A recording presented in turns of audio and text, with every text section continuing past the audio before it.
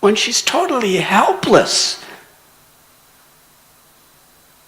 Your reputation will be destroyed forever. Stop this. But that didn't work. He got philosophical.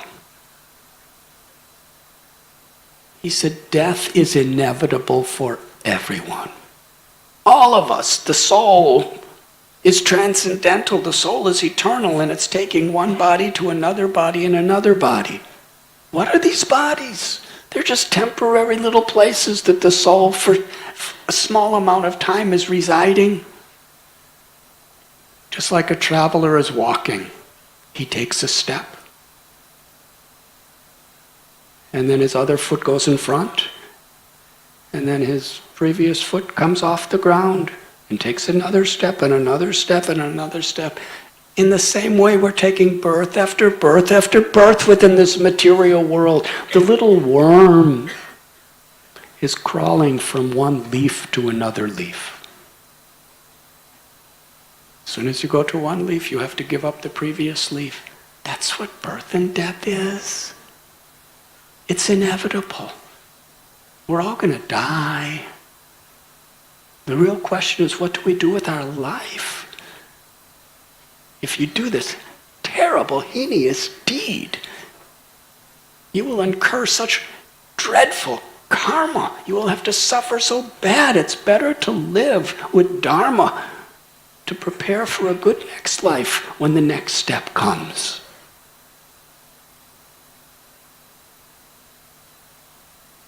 He explained the nature of the transmigration of the soul. He explained the nature of karma. But Kamsa, he couldn't hear philosophy. He was too obsessed with protecting his selfish interests. At that time, Vasudeva,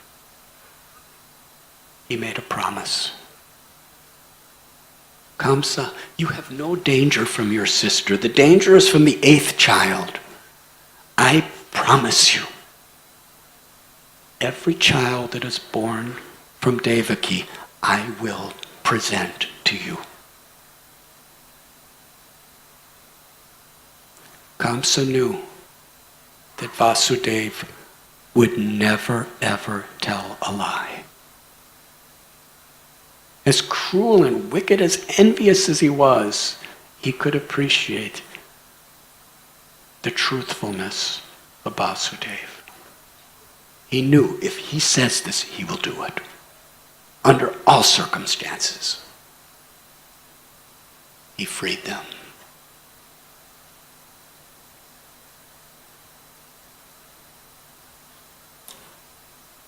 Sounds auspicious.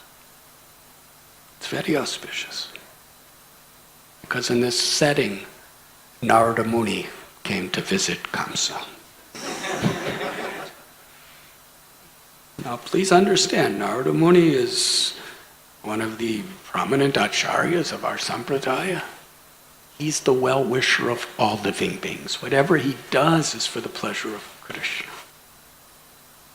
He wanted to accelerate Krishna's coming to this world out of compassion for all living beings. And he knew the inner truths of everything that was about to happen.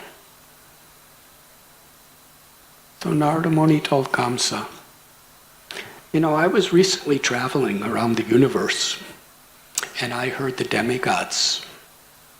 They were all, this was some time back, they were all going to take birth in the Yadu dynasty.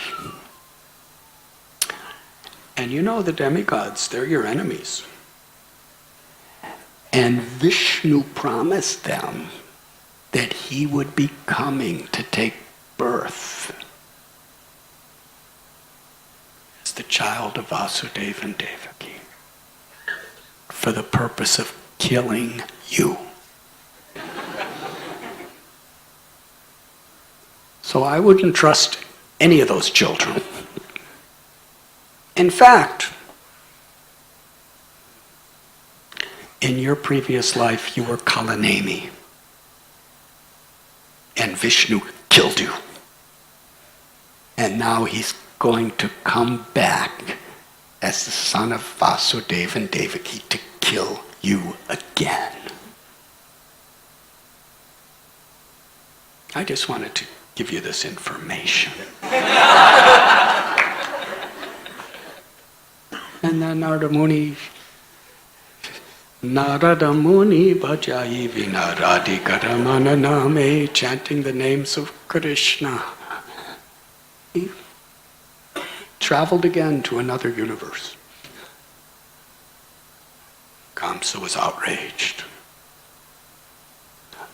Arrested Vasudeva and Devaki, put them in a dungeon and had their legs shackled with chains. Actually, I'm going to go back a little. Before Narada Muni came, they actually had one child, Vasudeva and Devaki. And Vasudeva presented the child to Kamsa and said, "Here's my child, I promised." And Kamsa was so overwhelmed. He said, "Oh, you're so honest. Take this little boy back, this little baby, and raise him nicely. I'm only concerned with the 8th child." So Vasudeva was not really convinced, but he took him back. Then Narada Muni came.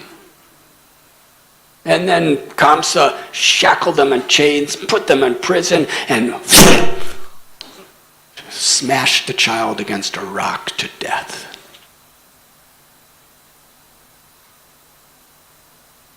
A second child was born.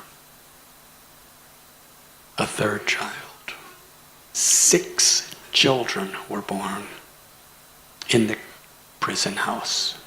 Kamsa slaughtered to death each and every one of them.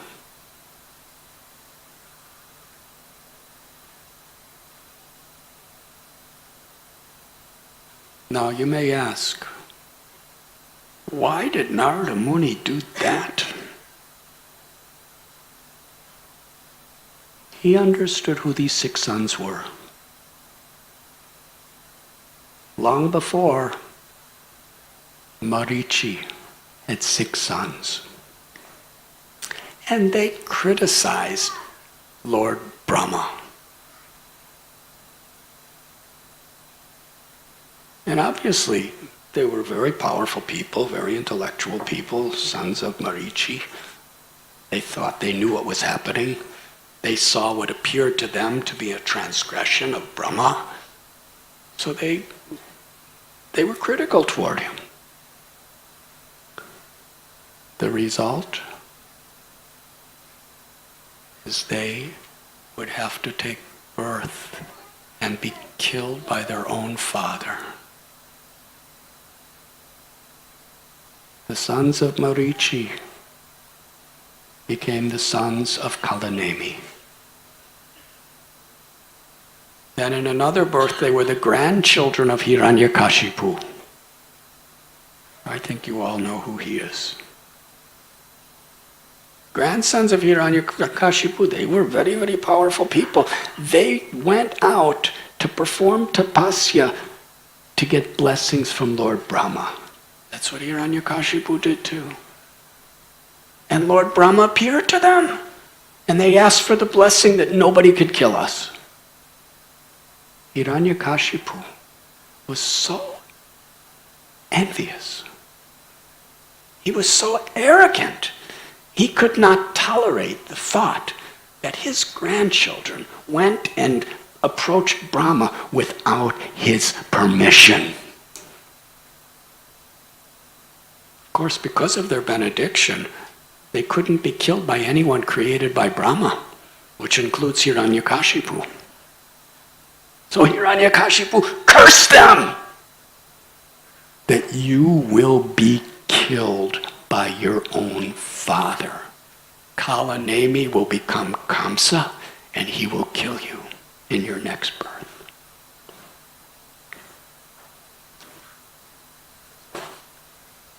So those 6 children of Devaki, they represent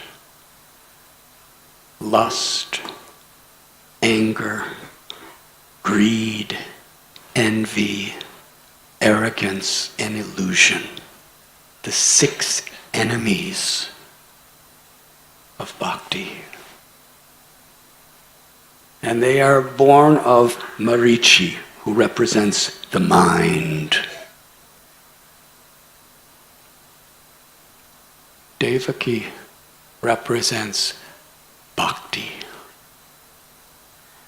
Kamsa represents fear of the allurements of material nature. Devaki was afraid of Kamsa. And similarly, when a devotee has proper fear of material existence, in that state, we take shelter of Krishna. It doesn't mean we live in fear. It means we understand only Krishna can save us. Only Krishna can save our lives. Only Krishna can save our spiritual advancement. Only Krishna can save us from Maya.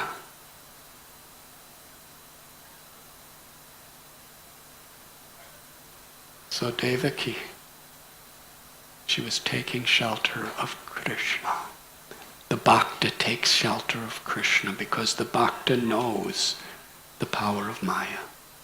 Daivi heshu gunamayi mama maya duratyaya. Mama vamye prapadyante mayam etatarantite. And when we take shelter of Krishna, then these 6 enemies are destroyed. And then what happens? After 6 children were killed by Kamsa, Shankarshan, Lord Balaram, appeared within the womb of Devaki. When Balaram, who's not different than Krishna himself, his first expansion, entered into Devaki's womb, she became so happy. He's Balarama. Rama means one who gives everyone happiness. Balaram's the source of Mahavishnu. And now he's within the womb of Devaki. She's filled with bliss, having this association. But at the same time, in her motherly spirit, she was so afraid Kamsa will kill him.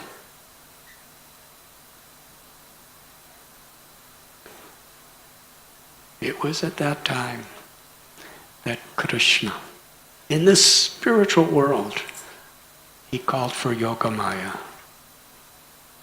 He told Yogamaya that it is my order to you to transfer the child Anantadev, Shesha, from the womb of Devaki to the womb of his original mother, Rohini. And then I am going to personally enter into the womb of Devaki, and you should become the daughter of Yashodamai, Brajeshwari, the queen of Vrindavan, the wife of Nanda Maharaj in Gokul Mahavan.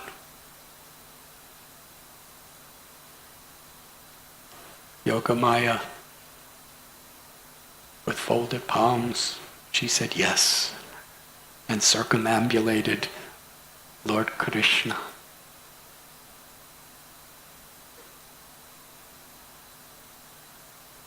Jiva Goswami explains the birth of Krishna according to Harivamsa and the realizations of the scriptures and the acharyas from another perspective. Vishwanath Chakravarti Thakur, Srila Prabhupada, they cite Jiva Goswami's explanation from the Gopal Champu. May I make some attempt to describe?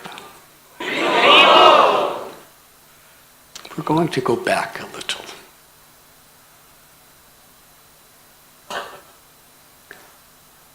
There was a great king of the Yadu dynasty. His name was Devamida. He married a Kshatriya wife and a Vaishya wife. From his Kshatriya wife, a child was born named Surasena. And he became the king of the Yadu dynasty in the Kshatriya race. From his Vaishya wife, Parjanya was born. He made his residence in Gokul, Mahavan. And he was the leader of the cowherd community. He had such divine, transcendental qualities. It is described by Jiva Goswami. He was the king of the Gopas. He had pure, unalloyed love in every aspect of his life by worshipping Lord Vishnu.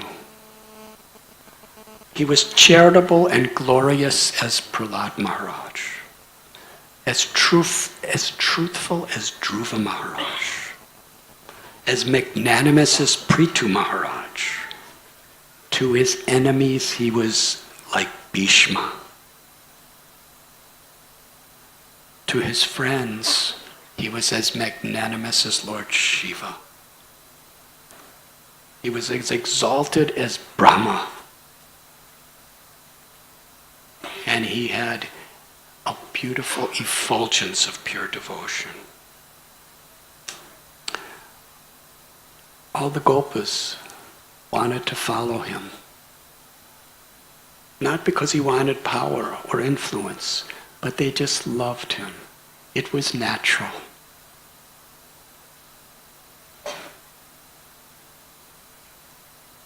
He had 5 sons: Upananda, Abhinanda, Nanda, Sunanda, and Nandana. Of the 5, Nanda Maharaj was the middle son. He was most glorious. He was affectionate to everyone. He was perfectly gentle. Sumukha, a great cowherd man, his daughter was Yashoda.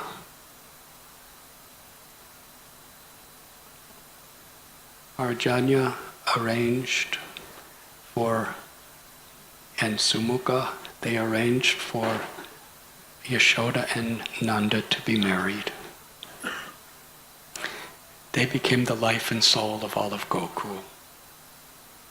After some days, Parjanya wanted to retire from his service and coronate his eldest son, Upananda, to be the king of Mahavan. The ceremony was taking place. Vasudev came, Gargamuni came, so many personalities of exalted character.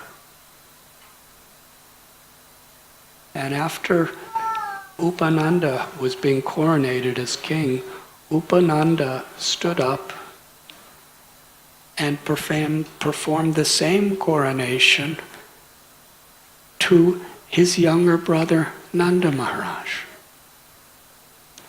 Nanda Maharaj was so humble, he just kind of withdrew. At that time, in front of everyone in the assembly, Upananda embraced Nanda Maharaj, crowned him as king, and he proclaimed to everyone, "I have done this with much thought. Nanda, my brother, is an ocean of virtues. My name, Upananda, means to be the assistant of Nanda. He has conquered everyone with his love. He's conquered me with his love. There is no one who could be a better fit servant than Nanda Maharaj. I will be his minister and assist him. When he said like this, the demigod showered flowers. Upananda, as the elder brother, was the assistant minister giving advice to Nanda Maharaj whenever Nanda Maharaj asked. But Nanda Maharaj always felt it on the service of Upananda.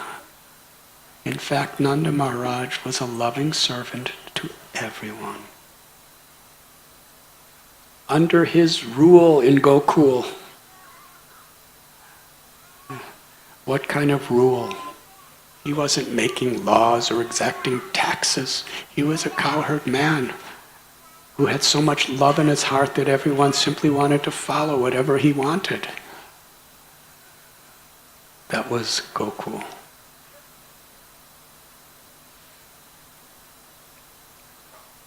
The Brijabasis were satisfied in every way, except one.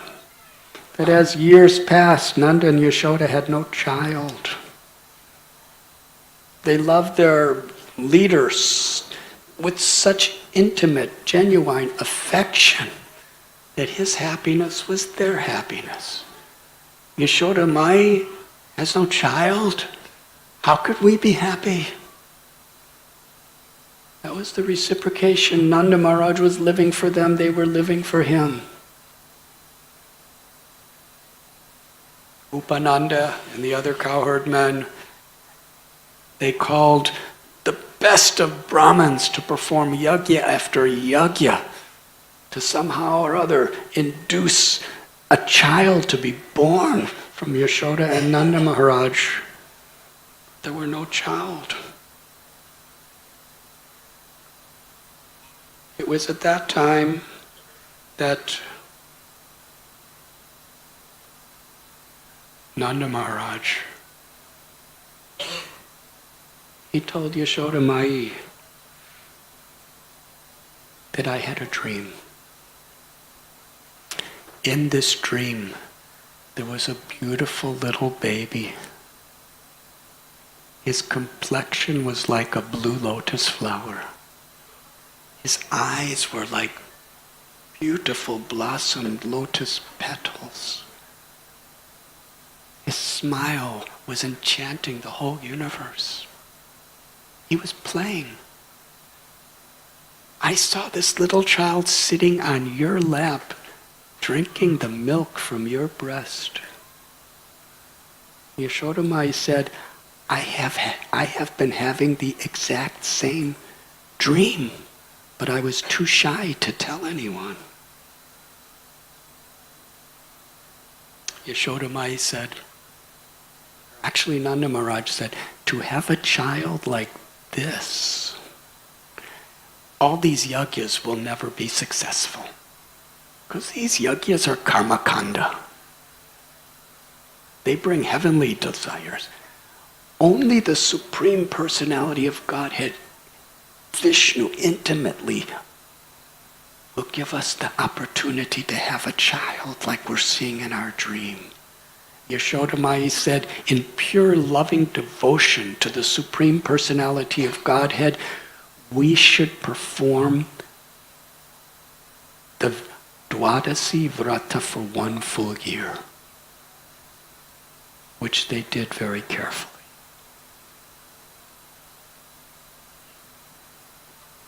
After 1 year, Lord Narayan appeared simultaneously in a vision to Nanda and Yashoda. Narayan, he said, do not be troubled, because the object of your parental love, the object of your heart's vision, will soon be your son. He's only waiting this time to increase your love. This child is born kalpa after kalpa as your son. Previously you were Drona and Dara, Aditi and Kashyapa. This child will soon fulfill all of your desires. Both Nanda and Yashoda were filled with joy. Meanwhile, in Mathura, Krishna appeared within the mind of Vasudeva. From the mind of Vasudeva, he entered into his heart. From Vasudeva's heart, he was transferred to the heart of Devaki.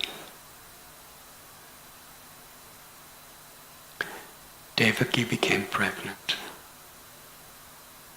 She was filled with joy. The demigods, knowing that the Supreme Personality of Godhead had now made his residence in the heart. Actually, let me go back a little. Because all these different versions, trying to harmonize them, sometimes takes a little patience.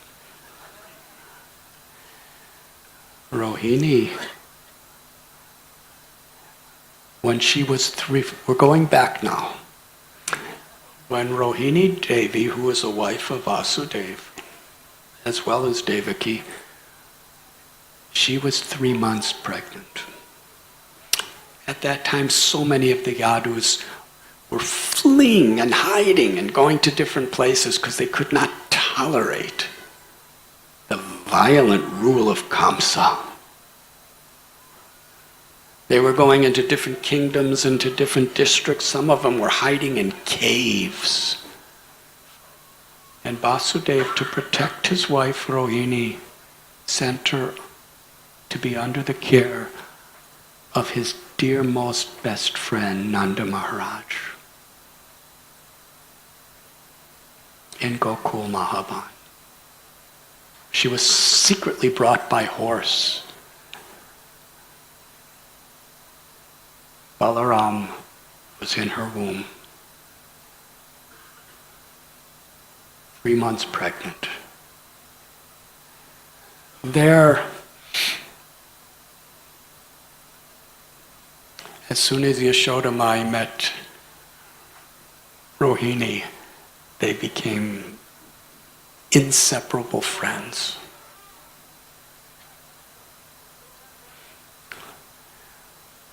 Meanwhile, Anantashesha is in the womb of Devaki. As the original guru, he came to the womb to prepare a suitable residence for his Supreme Master, Sri Krishna. Yogamaya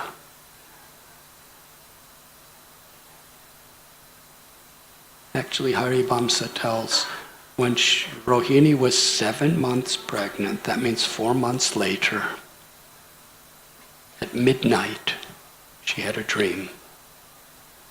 In the dream, she had a miscarriage. Startled, she woke up and understood she actually did have a miscarriage. She was very aggrieved. But Yogamaya told her, Yogamaya spoke, that actually your son is being replaced by the son of Devaki, who I am transferring from her womb. It was at that time that through a breeze, Yogamaya brought Anantashesha from Devaki's womb into the womb of Rohini. Some of the acharyas tell that actually that child merged into the original Balaram, who was Rohini Nandan. It appeared that Devaki had a miscarriage. So Kamsa didn't take that too seriously. Meanwhile, after,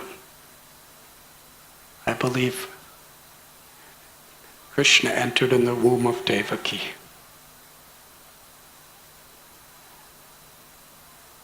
and then little Balaram was born after 14 months of pregnancy for Rohini Devi.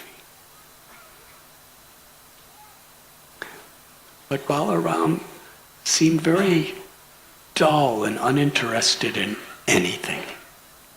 Now when a little baby is like that, it's kind of worrisome.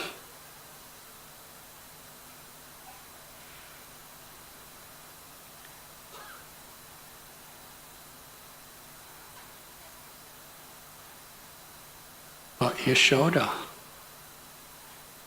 Krishna, I'm going to get to that part. Going back a little. Balaram's 8 days older than Krishna. So Rohini Devi is pregnant with Balaram. And at that time, Yashoda Mai,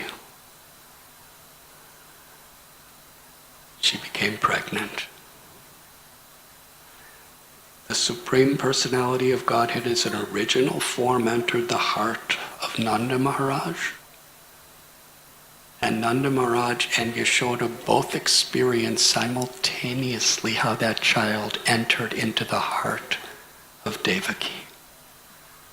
And just after, Yogamaya entered into her womb.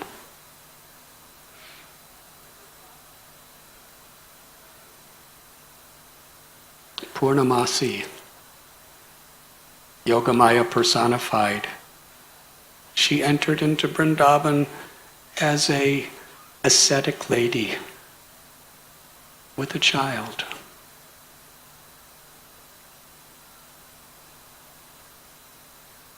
She told everyone when they came to greet her that her child was Madhu Mangal. And she said, very soon Yashoda Mai will have a child, and he will be the most glorious of all children. They were so happy to hear this. They said, please stay with us. We will make a nice little house out of leaves in the bank of the Yamuna for you. Purnamasi and Madhu Mangal resided on the banks of the Yamuna, just waiting. It was at that time that it was revealed that Yashoda Mai had a child within her.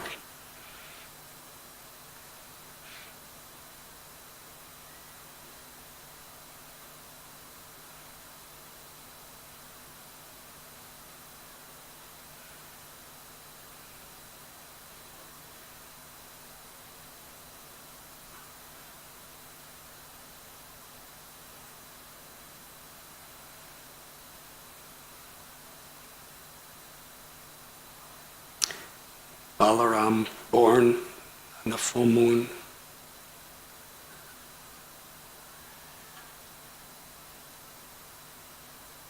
The only time he really was activated with happiness is when he was on the lap of Yashoda Mai, because he was so close to Krishna, just waiting for his arrival. And it was only 8 days later that Krishna appeared. How did he appear? In Mathura, he appeared in the prison house with 4 arms, holding the conch shell, the disc, the lotus flower, and the club.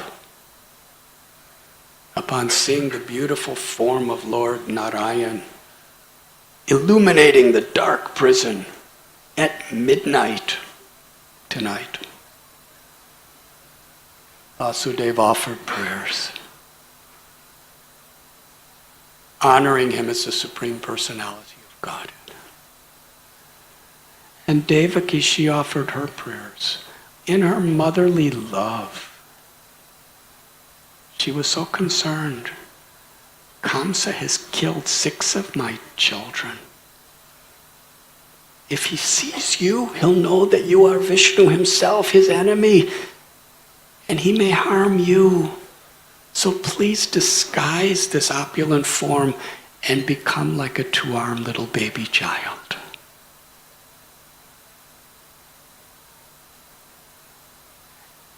At the exact same moment, in Gokul Mahaban, Krishna took birth from Mother Yashoda.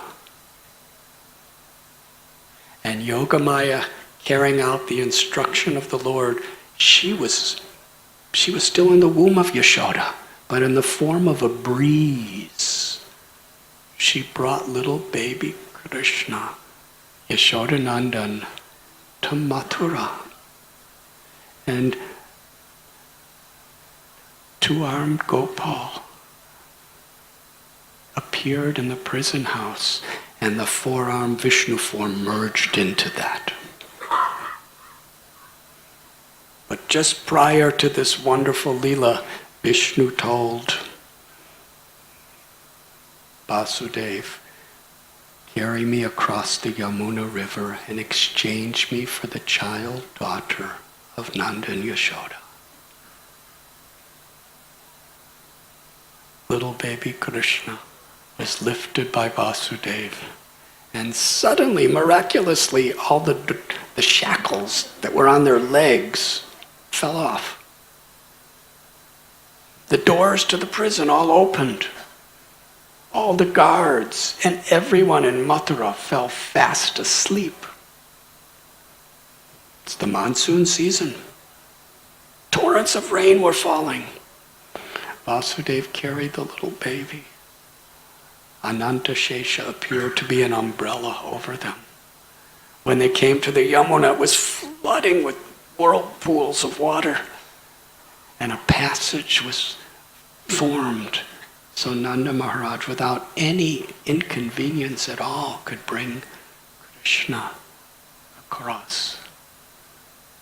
When he came to the maternity room of Yashoda Mai, there he saw a little tiny baby girl. Yogamaya was born. By her power, Yashoda Mai, she fell asleep and didn't know if she had a boy or a girl. And she didn't even remember giving birth to Krishna.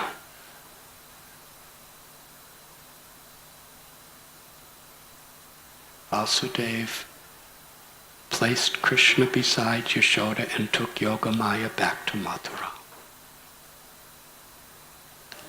As soon as the little baby girl entered into the prison cell, she cried. The guards woke. They informed Kamsa. Without any formalities of waking up or anything like that, he immediately ran to the site and saw this little baby girl, infant child, in the arms, in the embrace of Devaki. Devaki cried pitifully, "Please don't harm my child. It's a girl. You have no danger from a girl. You've killed 6 of my children.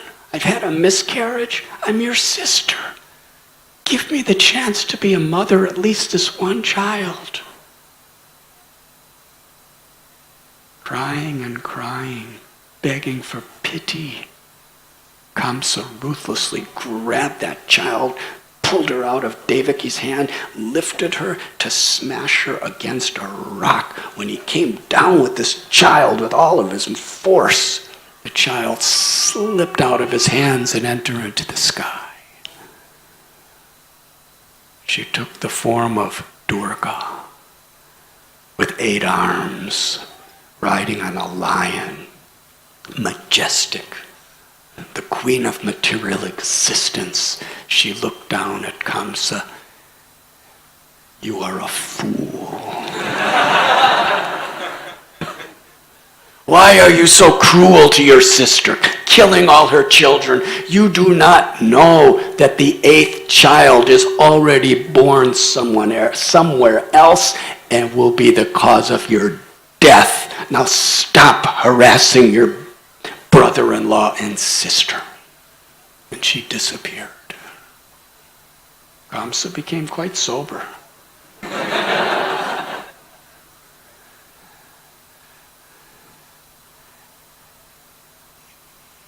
He begged forgiveness from Devaki and Vasudeva. I'm sorry, I'm so harsh with you. I killed all your children and tried to kill this one. Please forgive me. But actually, it's your own karma. I'm just the agency of destiny. Vasudeva and Devaki, from their hearts, they completely forgave him.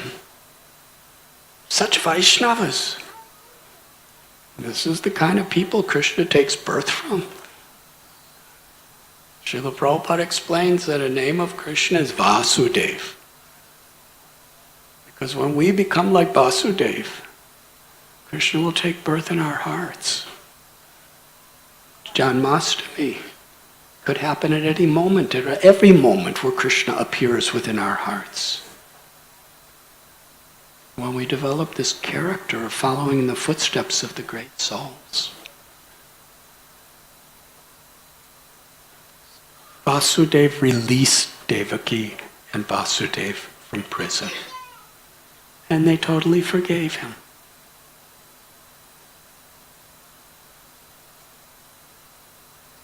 Meanwhile, Yashoda Mai woke up.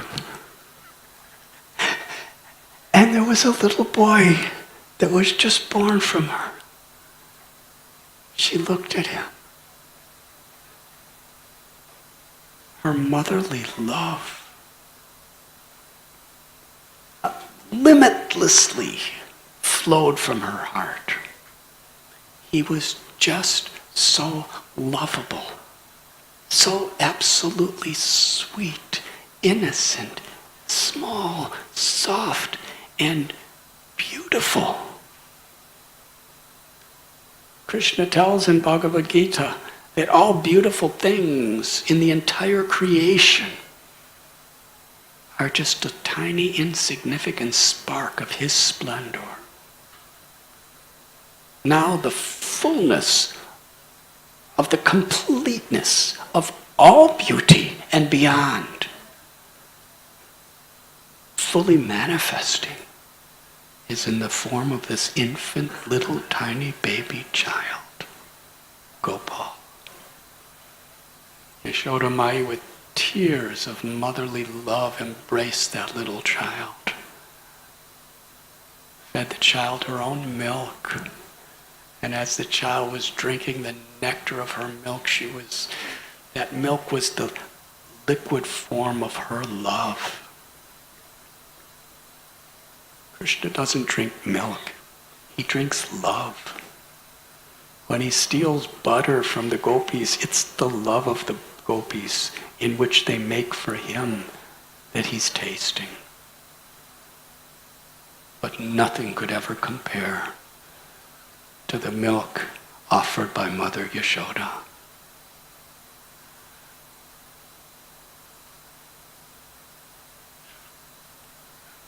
Rohini Devi, who had just given birth to Balaram 8 days prior,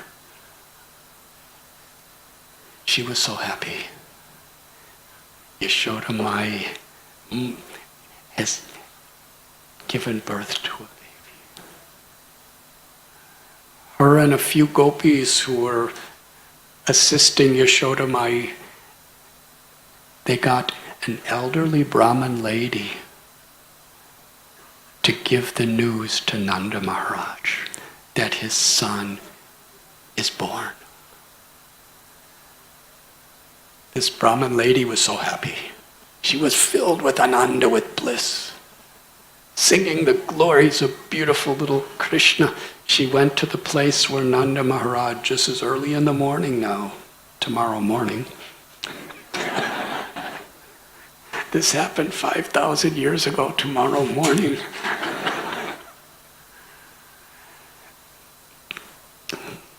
Nanda Maharaj is with the cows, just about to milk them with the other gopas.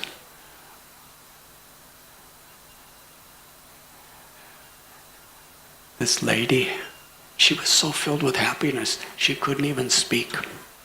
She was speechless. But somehow or other, in a poetic way, she said, Nanda Maharaj has become a father.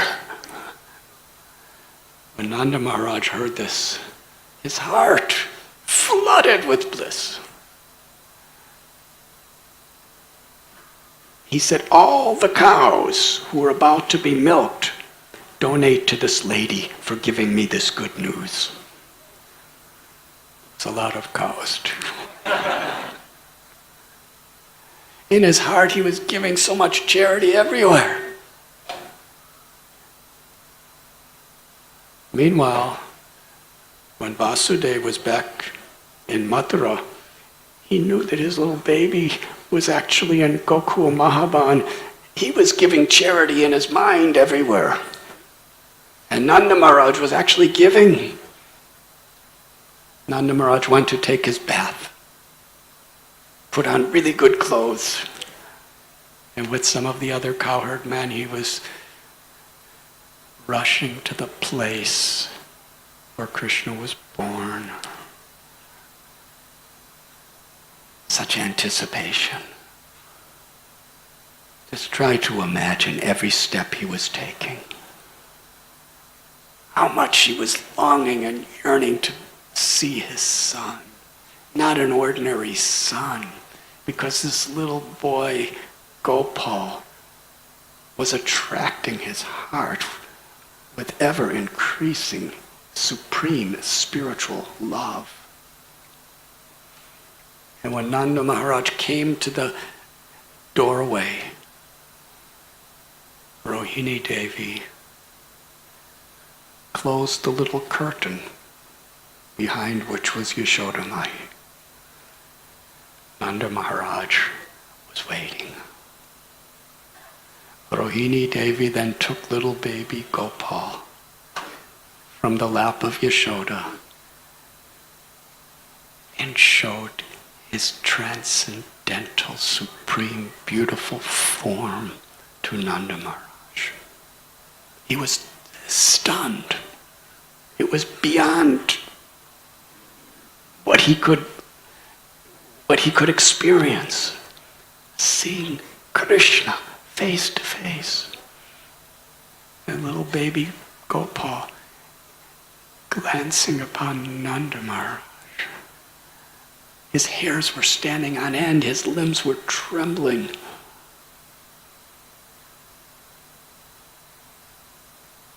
And then Purnamasi took little baby Krishna from the arms of Rohini and placed him on the lap of Nanda Maharaj. Rohini and other gopis then told Yashodamai that Krishna is now in the lap and in the embrace of Nanda. And she was stunned in ecstasy, knowing how happy her beloved husband was. Should I continue?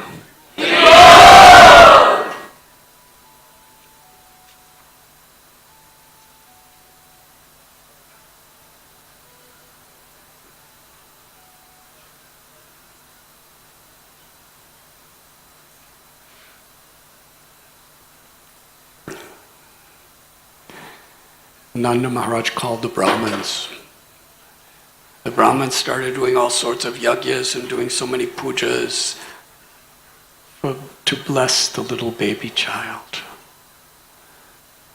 Soon the whole population of Sri Braj Bhumi was there to celebrate the birth of Krishna, Nandotsava. They offered an abhishek of bathing Krishna with the Panchagavya, the Panchamrita. Nanda Maharaj was giving, in charity, he was giving thousands of cows, then tens and thousands, then hundreds and thousands, then millions. He gave over 2 million cows in charity. Not just in his mind, but For real.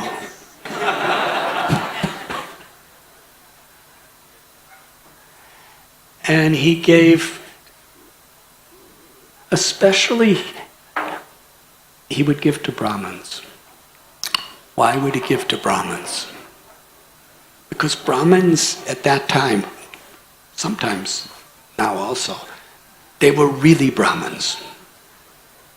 Brahmins kept nothing for themselves.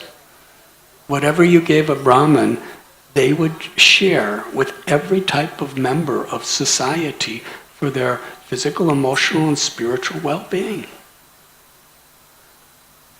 Just like if you water the root of a tree, the water goes to every part of the tree. The root doesn't keep the water, the root distributes the water. Every flower, every twig, every branch, every leaf is nourished when you water the root of a tree. So similarly, a true Brahmin, when you give in charity to them, they don't keep it for themselves. That's not what roots do. They distribute. And they know how to distribute. For everybody's true well-being, socially, physically, emotionally, and spiritually ultimate. He made these giant mountains of sesame seeds that he was giving to Brahmins. From his treasury, he gave more precious jewels in quantity than the sesame seeds in the mountains. He distributed them. As they were bathing Krishna, the yajnas were being formed for the Brahmins, and so much charity was being given to everyone. The gopas and the gopis were all dressed in their very best of clothes because they were celebrating Krishna. Now, what does dressing nice have to do with it? Because the best of everything they had. They wanted to enliven each other, to celebrate for the pleasure of the little baby Krishna, to bestow blessings upon Krishna. And in their happiness, they were dancing. Musicians were playing wonderful instruments. Poets were singing poetry, glorifying the child of Nanda. And gopis started throwing milk on each other. And the gopas were throwing milk on each other. And they started throwing yogurt at each other. And soon, everyone was completely white with milk and yogurt. It looked like the ocean of milk. They were all dancing, singing, in love. Total unity. What was their happiness? Nanda, Maharaj, Yashoda Mai had a beautiful child. Vrindavan is a place where envy cannot exist. Everyone is a well-wisher of everyone. And this is a great message. If you take nothing else away from this class than this, please take this. Unless we become free of envy in this way, we cannot enter Vrindavan. Krishna will not manifest himself and take birth within our hearts.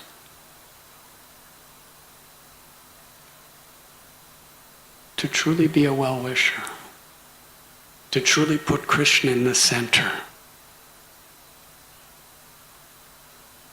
is to follow in the footsteps of the residents of Vrindavan. They were all totally blissful because Krishna became the son of Yashoda.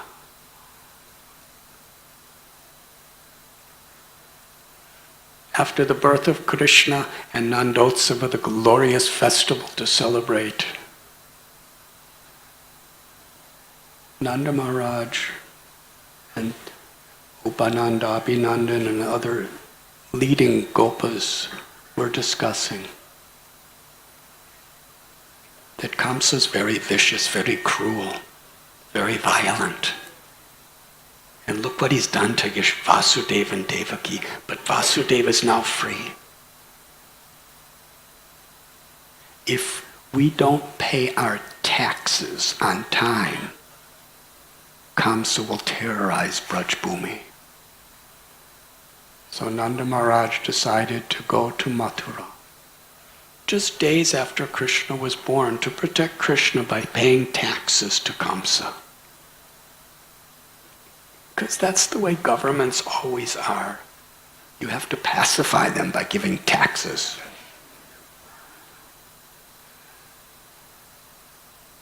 And also he wanted to meet Vasudeva. Because he had such deep sympathy, he hadn't seen Vasudeva in years. So Nanda Maharaj and some others took a trip to Mathura. He paid his taxes to Kamsa and had an intimate special meeting with Vasudeva. Vasudeva told Nanda Maharaj, please go back soon. It's important that you take care of Krishna and Balaram. He didn't tell Nanda Maharaj that he's my child. He said, dangers may come, please go back and protect him. Meanwhile, after Nanda Maharaj left, so somewhat of a long walk to Vrindavan. Some of the ministers of Kamsa, due to their bad association, they told Kamsa,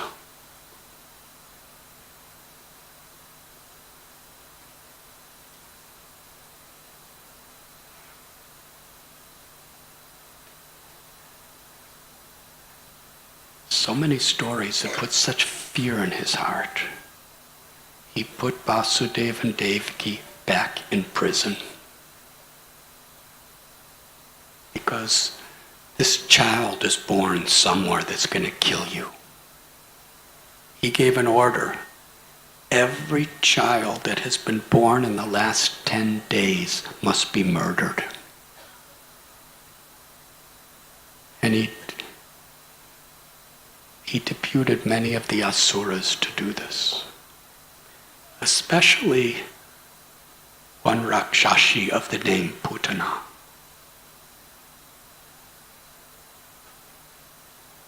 Putana traveled around for these days, killing thousands and thousands of newborn babies. She would eat their flesh and drink their blood. There was nothing left. She had such incredible mystic prowess. She came to Nanda and Yashoda's house, disguised in such a wonderful, beautiful form.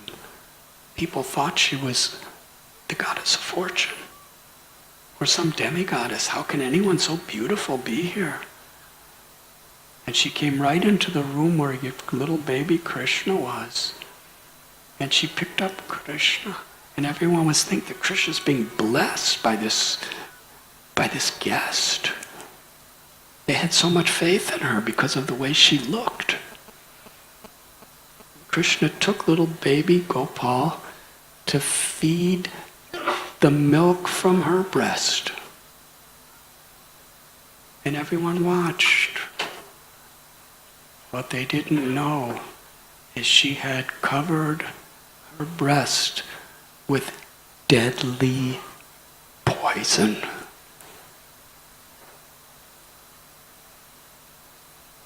When Krishna saw her,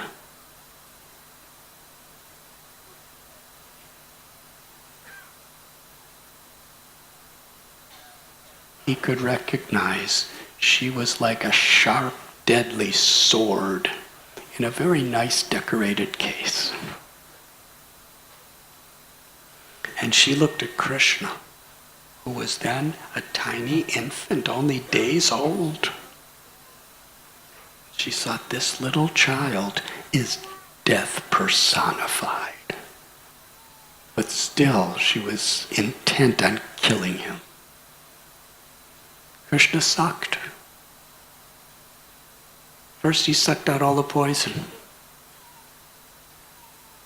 And then, somehow or other, because Krishna was so beautiful and so sweet, she developed some motherly affection for this little boy, and milk actually came out.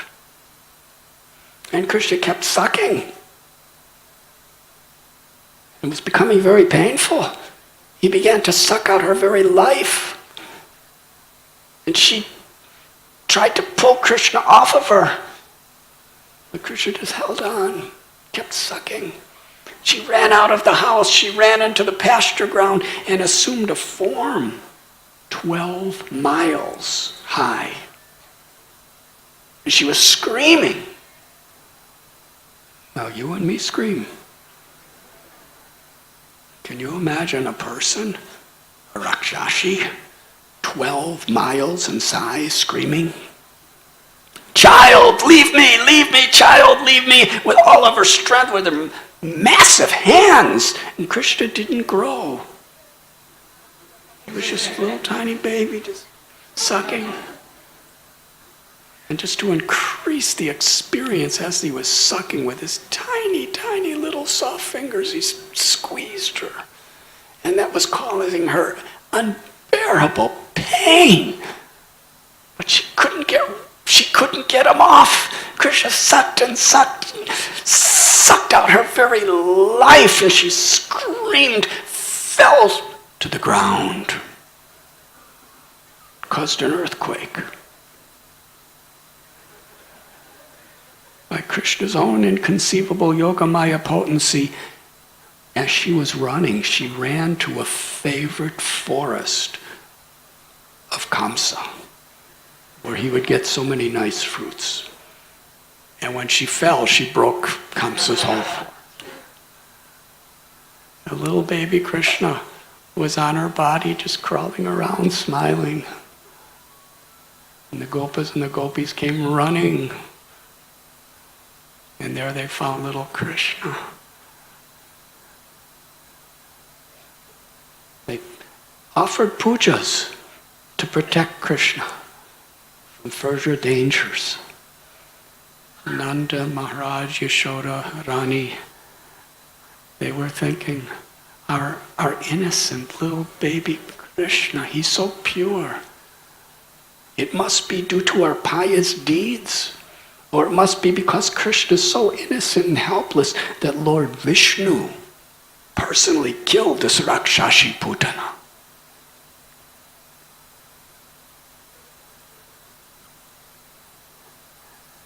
When Nanda Maharaj returned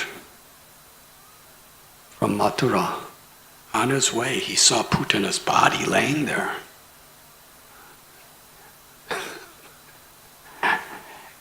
And when he heard what happened, that's when they did all these little pujas to Krishna.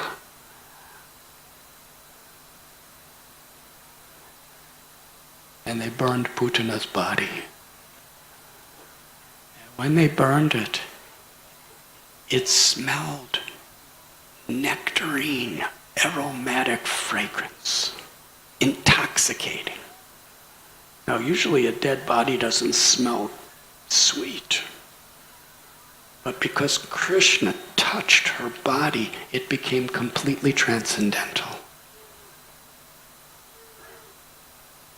Putana, her immortal soul, attained the supreme liberation. She attained the liberation of going to Goloka Vrindavan, to be a nurse with motherly love to assist Yashodamai in her loving service to Krishna for the rest of eternity. This is Krishna. She was so ruthless. She had the worst possible karma, killing tens and thousands of innocent children. And her only purpose of coming to Gokul was to murder Krishna. But when Krishna sucked out her poison and sucked out her life, he removed all of her anarthas, all of her material desires, all of her ego, all of her evil. And at the last moment, she felt the pleasure of a mother for a child. So Krishna awarded her the liberation of being his mother in this spiritual world for the rest of eternity. This is Krishna. Since there's no prasad today,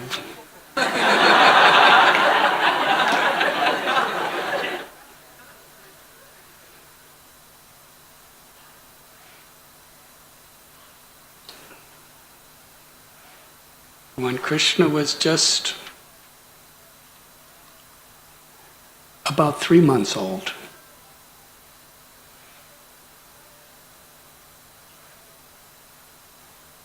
he just started to lean up. He just started to actually lean. And that was so auspicious. There was a wonderful festival. It's called Uttana, which when the child first starts getting up, can't crawl yet, but he's just starting to get up. And the ceremony was so jubilantly performed. There was yajnas, there was kirtans, there was poems being composed, and everyone was celebrating throughout Braj Bhumi.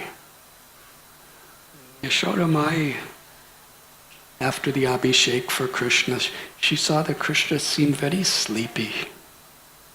So she laid him under a wooden cart. It was a very big cart, and it had so many different types of utensils and wares that were being stored. And Yashoda Mai went to perform her seva of greeting various guests. Nobody knew that there was a ghostly asura that Kamsa had sent to kill Krishna in the form of that cart. The intention, that cart was going to fall on Krishna and crush him. Little baby Krishna knew everything.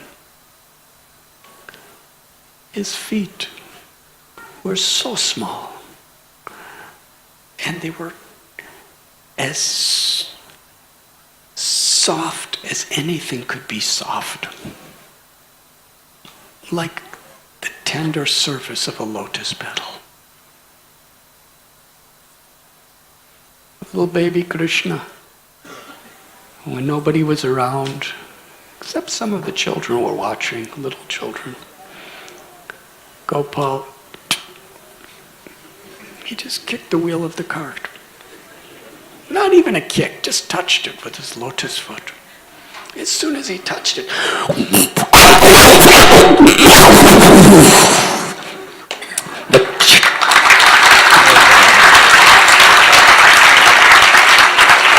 the wheel flew off the axle, broke, and the entire cart fell to the ground, and everything was scattering everywhere. It made a tumultuous sound. Everyone came running. And they saw this giant wooden cart in so many pieces, and everything that's fallen off it, and right in the middle is little baby Krishna, completely unharmed, smiling. The Brajavasis, how did this happen? What happened? And the little tiny children watching, they said, we saw what happened. Little Gopal kicked the wheel and it fell down. The Brajavasis said, how are we to believe this? The cart is so big and Krishna is so tiny. We cannot listen to little children. But at the same time, we don't understand what kind of asura. And the fact is, it was an asura sent by Kamsa. Krishna liberated him. This must be the protection of the Supreme Personality of Godhead. Usually whenever these demons were killed by Krishna, whenever they saw Krishna in danger, the cowherd men headed by Nanda Maharaj, they would build bridges, they would dig wells, they would plant trees, they would do yajnas, they would sprinkle Krishna with cow dung and cow urine and swish him with cow tails and chant mantras for Krishna's protection. It was so obvious who Krishna was. We all know who Krishna was. Why couldn't they understand who Krishna was? Krishna is the source of Vishnu, Krishna is the source of Brahma, Krishna is the source of Shiva, Krishna is the source of the entire universe. Aham sarvasya prabhavo mata sarvam parvartate. Krishna is the source of all spiritual and material worlds. We all know this. Why the Brajabasis couldn't know this? They knew it. They knew it, but their love for Krishna was so intimate, and Krishna wanted to be their friend, their child, their lover. Madhurya Dham. Vrindavan is the place where the love between God and the devotees is the sweetest of the sweet. Just to increase the happiness of their love for each other and the intense sweetness of that love, Krishna covers his supremacy by his sweetness, by his playfulness. Krishna is only our child.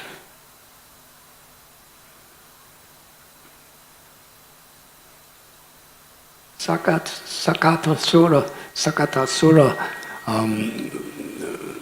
symbolizes, represents this tendency we have to carry the burden of our past bad habits.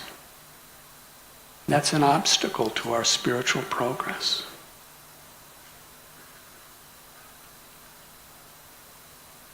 This is a strong tendency. Samskaras, these impressions that are put in our minds.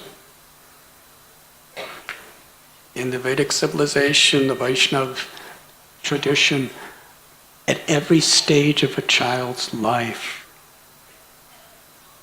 we want to nourish them with the best impressions. Beginning within the womb, we read about Prahlad Maharaj. Just by hearing about Krishna in the womb, he fell in love with Krishna. Garbhodhan samskara. The very conception is begun when the parents are in the highest and purest possible state of God consciousness. And then there are various samskaras within the womb. It's a tradition in Vaishnava culture when a mother is pregnant, before the child is born, the mother hears every verse and purport of the 12 cantos of Srimad Bhagavatam. Hare Krishna.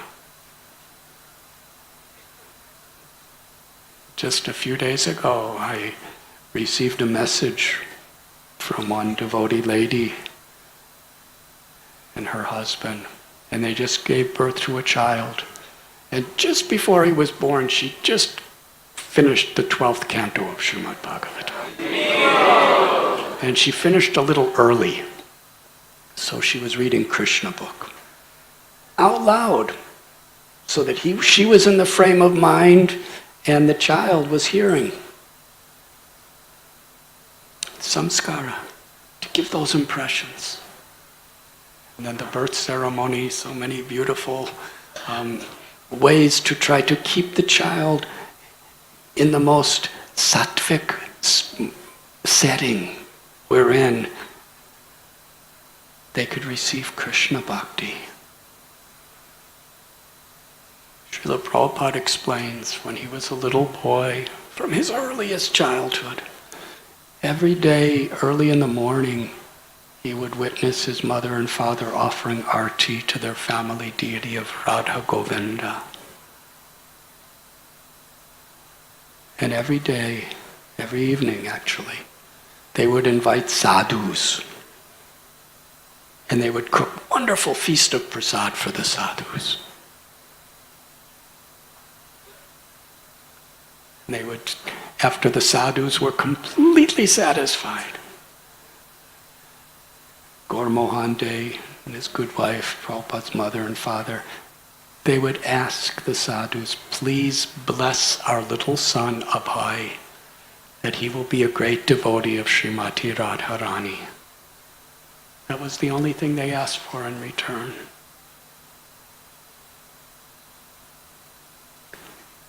Srila Prabhupada, I was hearing a beautiful talk that was recorded.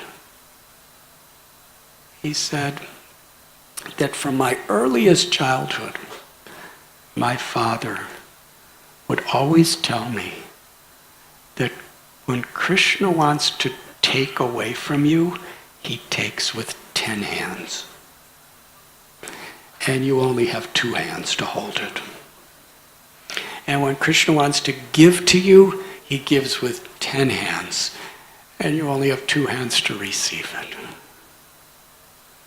He said, I was born and raised listening to that message. And then later in my life, I met my Guru Maharaj.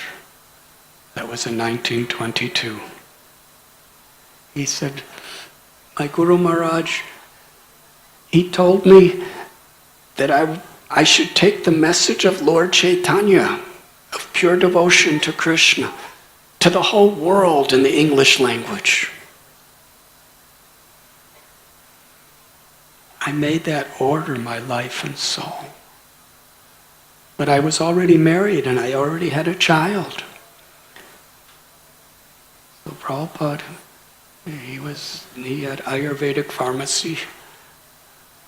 And he was thinking, I will build up my business to earn so much money that I could facilitate my Guru Maharaj and my God brothers to spread this mission all over the world. But at a certain time, his whole business collapsed. He was cheated by the people he trusted most. And he had nothing. He went to Vrindavan. And he prepared for his Guru's mission in another way. He translated and wrote purports to the first canto of Srimad Bhagavatam. Then he left Vrindavan. Srila Prabhupada explains on Jaladuta 38 days. He came to New York eventually. And he said, I was wandering in the ghettos of New York as a beggar.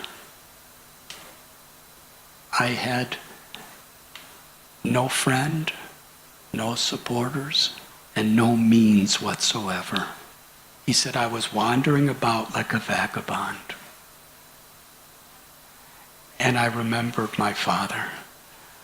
When Krishna wants to take away, he takes with 10 hands. But ultimately, whatever he does is perfect and good for everyone. We may not perceive it with our eyes. And he said, and now, this lecture was in 1976. Srila Prabhupada had printing presses, millions of Bhagavad Gitas being distributed, Srimad Bhagavatams, Nectar of Devotions, Ishopanishads. He had over 100 temples. He had tens and thousands of followers. Srila Prabhupada said, and just like my father said, now he's giving with 10 hands, and we only have 2 to receive it.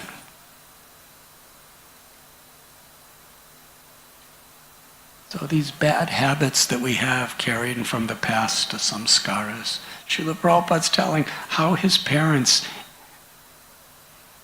invoked within him his devotion to Krishna. Of course, we understand Srila Prabhupada descended from the spiritual world, but the lesson is there in his life.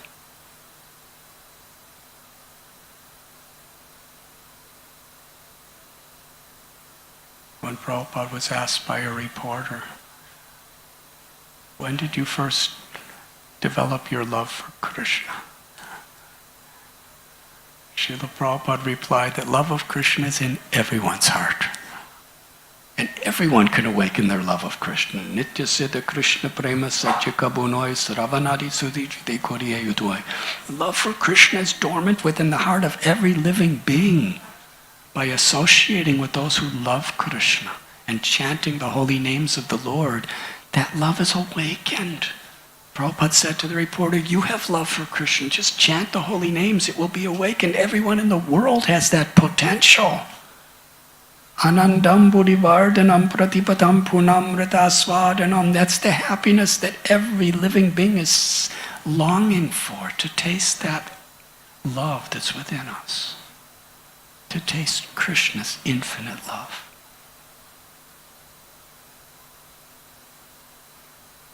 The reporter said, yes, I understand that, but still, when do you first remember having this love for Krishna?